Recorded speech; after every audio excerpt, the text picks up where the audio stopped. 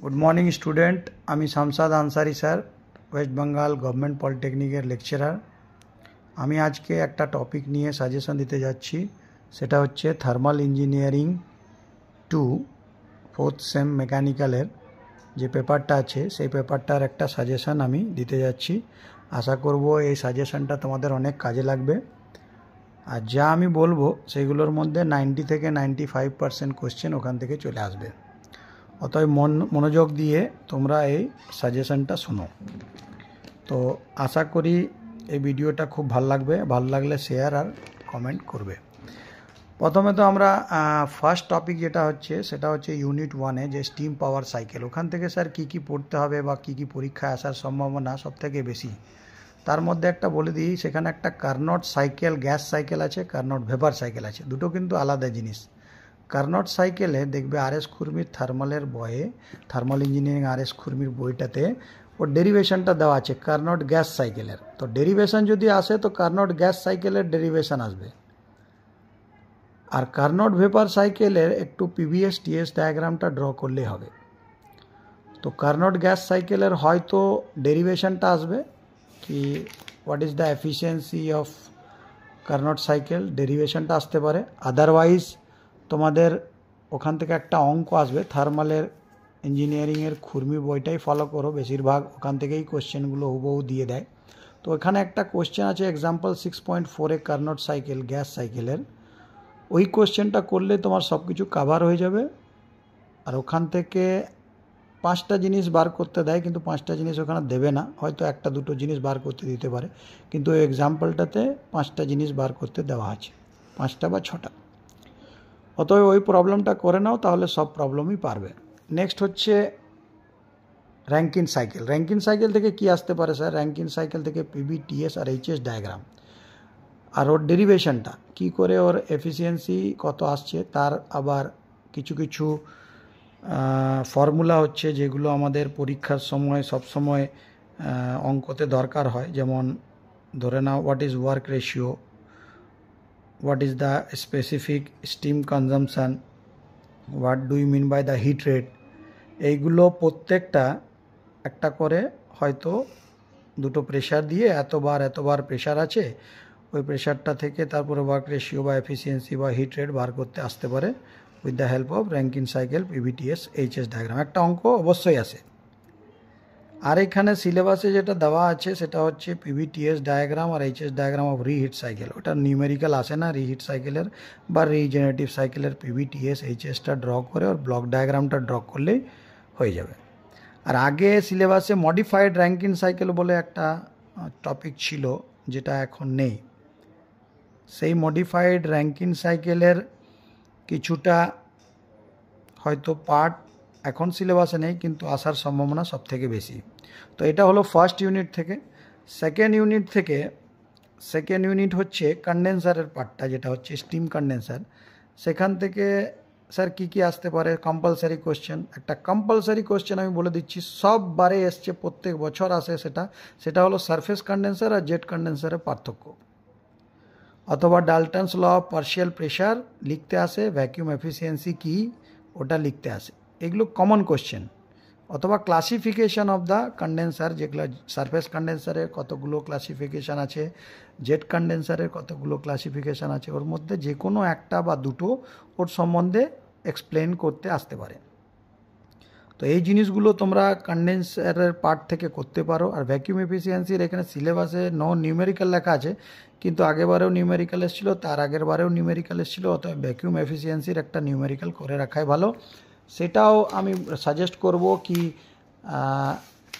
Thermal ইঞ্জিনিয়ারিংয়ের যে আর.এস. খুরমির বইটা আছে সেখান থেকে প্রত্যেকবারে ওখান থেকে যে ভ্যাকিউম এফিসিয়েন্সির দুটো কোশ্চেন আছে ওই অঙ্কটা করলেই তোমাদের ভালো হবে।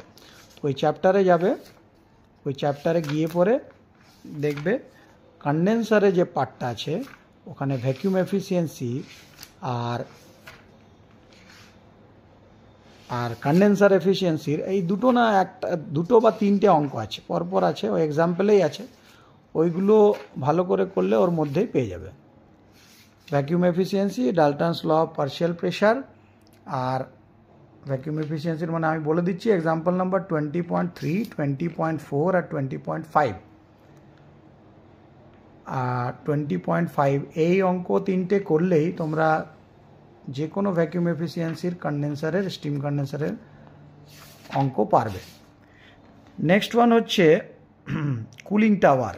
তো কুলিং টাওয়ার এক্সপ্লেনেশন ছবি এঁকে ওকে এক্সপ্লেন করতে আসতে পারে ওয়ার্কিং প্রিন্সিপালটা, অথবা classification of natural drought, mechanical drought of cooling tower কীভাবে ক্লাসিফাইড হচ্ছে সেটা আসতে পারে। আর একটু কুলিং টাওয়ারের ফ্লো ডায়াগ্রামটা উইথ ওয়াটার সার্কুলেশন যেটা আছে সেটা আসতে পারে। তো কুলিং টাওয়ারটাও একটু ভালো করে পড়তে হবে। আর নেক্সট হচ্ছে ইউনিট 3 এয়ার কম্প্রেসার। তো স্যার এয়ার কম্প্রেসার থেকে কিছু কোশ্চেন আছে যেগুলো কম্পালসারি কোশ্চেন, অনেক স্টুডেন্টদের কোয়ারি থাকে কি এগুলো আসবেই স্যার, বলে হ্যাঁ ওখানেও আছে। যেমন একটা 1+k ওই যে ভলিউমেট্রিক এফিসিয়েন্সির ডেরিভেশনটা অবশ্যই করবে, একদম 100% করবে ওটা। ভলিউমেট্রিক এফিসিয়েন্সির যে ডেরিভেশনটা আছে আর ওর একটা অঙ্ক, ওই 1+k টু দি পাওয়ার যে প্রুফটা আছে সেই প্রুফটা ভলিউমেট্রিক এফিসিয়েন্সির অবশ্যই করবে। আর ওখান থেকে স্যার একটা কম্পালসারি কোশ্চেন, সেটা হচ্ছে রেসিপ্রোকেটিং কম্প্রেসার আর রোটারি কম্প্রেসার মধ্যে পার্থক্য।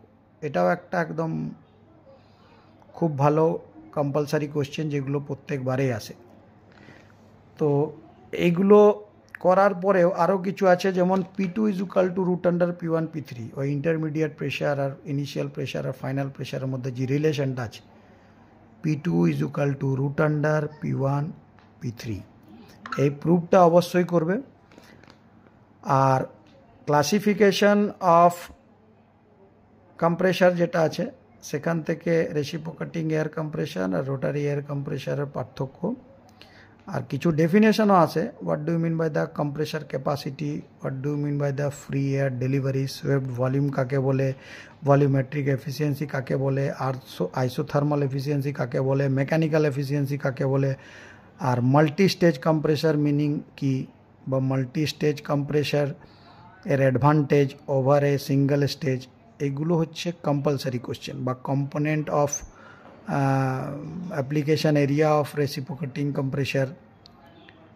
আর সেন্ট্রিফিউগাল বা অ্যাক্সিয়াল ফ্লো কম্প্রেসারের মধ্যে পার্থক্যটাও মেন একটা কোশ্চেন। এটা হয়ে গেল এয়ার কম্প্রেসার। এয়ার কম্প্রেসার থেকে নিউমেরিক্যাল যদি আসে তাহলে volumetric efficiency, isothermal efficiency, mechanical efficiency, অথবা ফার্স্ট চ্যাপ্টার থেকে যেটা আমরা এয়ার কম্প্রেসারের যে ওয়ার্কডানের ফর্মুলাগুলো করি সেখান থেকে একটা নিউমেরিক্যাল আসতে পারে। Otherwise P2 = √under P1 P2 দিয়ে অ্যাপ্লাই করে যে অঙ্কগুলো আছে পরপর RS খুরমির ওই অঙ্কগুলো পরপর একটা দুটো এক্সাম্পল থেকে করলে ওগুলো হুবহু চলে আসে। এটা হলো ইউনিট 3। ইউনিট 4 হচ্ছে রেফ্রিজারেশন এয়ার কন্ডিশনিং, যেটা তোমাদের আরেকটা সাবজেক্ট আছে রেফ্রিজারেশন এয়ার কন্ডিশনিংয়ের, সেটা তোমরা 4th সেমে আর একটা আলাদাভাবেও পড়ছো, ওখানে একটু বেশি করে দেওয়া আছে। কিন্তু থার্মাল 2তেও ওই চ্যাপ্টারটা আছে একটা ইউনিট 4-এ রেফ্রিজারেশন এয়ার কন্ডিশনিং বলে, ওটা অল্প একটু টাচ করে ওটা বেরিয়ে যায়।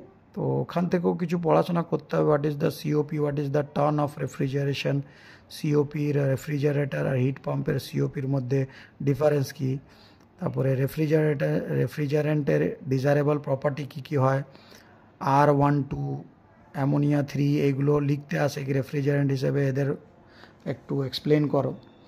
তো সেগুলো একটা কোশ্চেন, কম্পালসারি কোশ্চেন আছে রেফ্রিজারেশন এয়ার কন্ডিশনিং থেকে। আদারওয়াইজ এখানে Bell Coleman cycle very very important, VI মানে PVTS ডায়াগ্রাম যেটা আছে, আর ওটা ডেরিভেশনটা বেল কলেমান সাইকেলের অথবা একটা নিউমেরিক্যাল বেল কলেমানের সাইকেলের অবশ্যই আসে, প্রত্যেকবারে আসে। ওই জন্যে বেল কলেমান সাইকেলটা করে রাখাই ভালো, যেটাকে রিভার্স জুল সাইকেলও বলা হয়। তো আর ভেপার কম্প্রেশন রেফ্রিজারেশন সিস্টেম থেকে PH আর TS ডায়াগ্রামটা মেন, সেটা আফটার কম্প্রেশন, বিফোর কম্প্রেশন, তারপরে আফটার এক্সপানশান, আর সেগুলোর একটা ডায়াগ্রামগুলো যে আছে, কখন ড্রাই হবে, কখন ওয়েট স্টিম থাকলে কি হবে, সুপার হিটেড থাকলে কি হবে, ওর ডায়াগ্রামটা TS আর PH ডায়াগ্রাম ডিফারেন্ট লেভেলের ওগুলো আসতে পারে।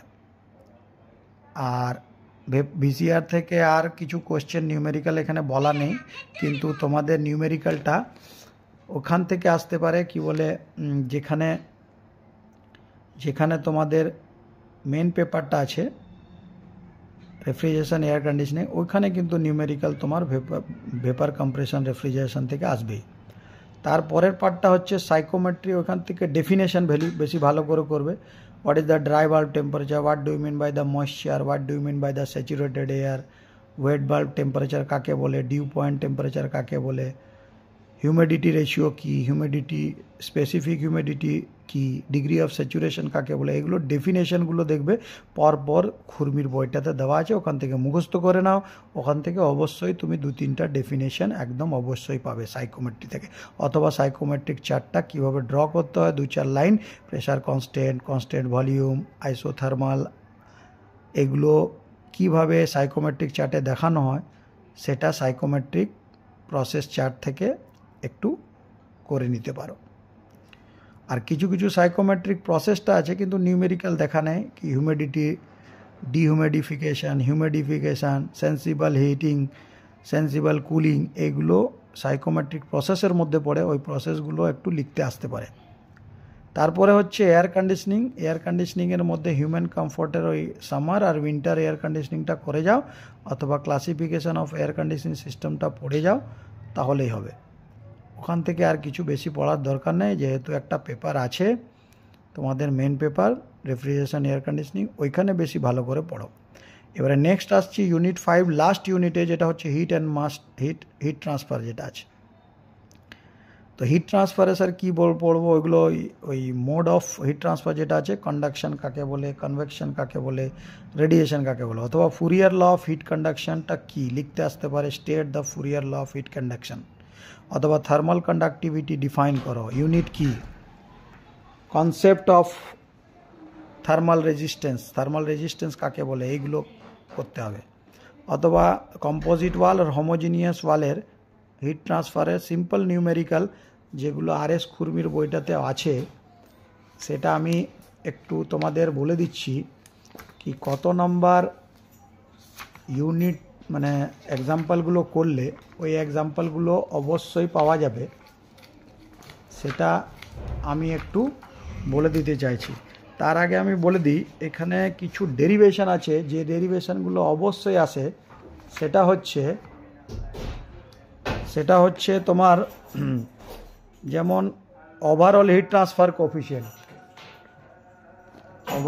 ট্রান্সফার কোফিশিয়েন্টটা অবশ্যই আসে।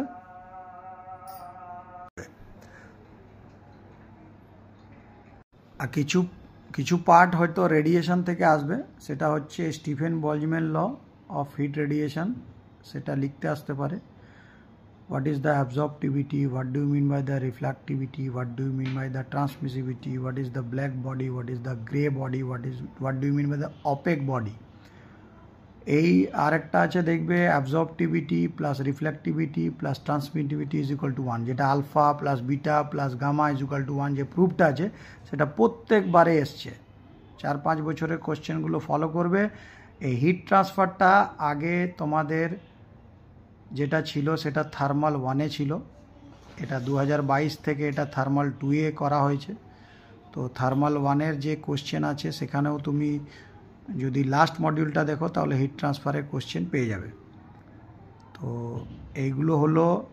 আর কিছু হচ্ছে ইউনিট 5 থেকে যেটা হিট ট্রান্সফার চ্যাপ্টার, যেটা বেসিক হিট ট্রান্সফার থেকে আর একটা কোশ্চেন হচ্ছে কম্পালসারি কোশ্চেন, সেটা হচ্ছে কাউন্টার ফ্লো হিট এক্সচেঞ্জার আর প্যারালাল ফ্লো হিট এক্সচেঞ্জার আর ক্রস ফ্লো হিট এক্সচেঞ্জারের এক্সপ্লানেশনটা, অথবা ডিফারেন্স আসতে পারে parallel flow counter flow heat exchanger, অথবা shell tube plate tube heat exchanger, এটার সম্বন্ধে কনস্ট্রাকশনাল ফিচার্স বা ড্রয়িং করে পরে এক্সপ্লেন করতে আসতে পারে।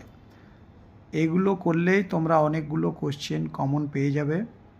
এই সাজেশনটা থেকে আমি এইভাবে বানালাম যাতে প্রিভিয়াস ইয়ার্সের 10 বছরের কোশ্চেন প্লাস প্রিভিয়াস ইয়ার্সের কিছু কোশ্চেন দেখে আর কিছু আমার সাজেশন নিয়ে এই ভিডিওটা বানানো হয়েছে। আশা করি এই ভিডিওটা তোমাদের অনেক কাজে লাগবে। এইভাবে ফলো করো, 80 to 90% কোশ্চেন আরামসে কমন পেয়ে যাবে। Thank you very much.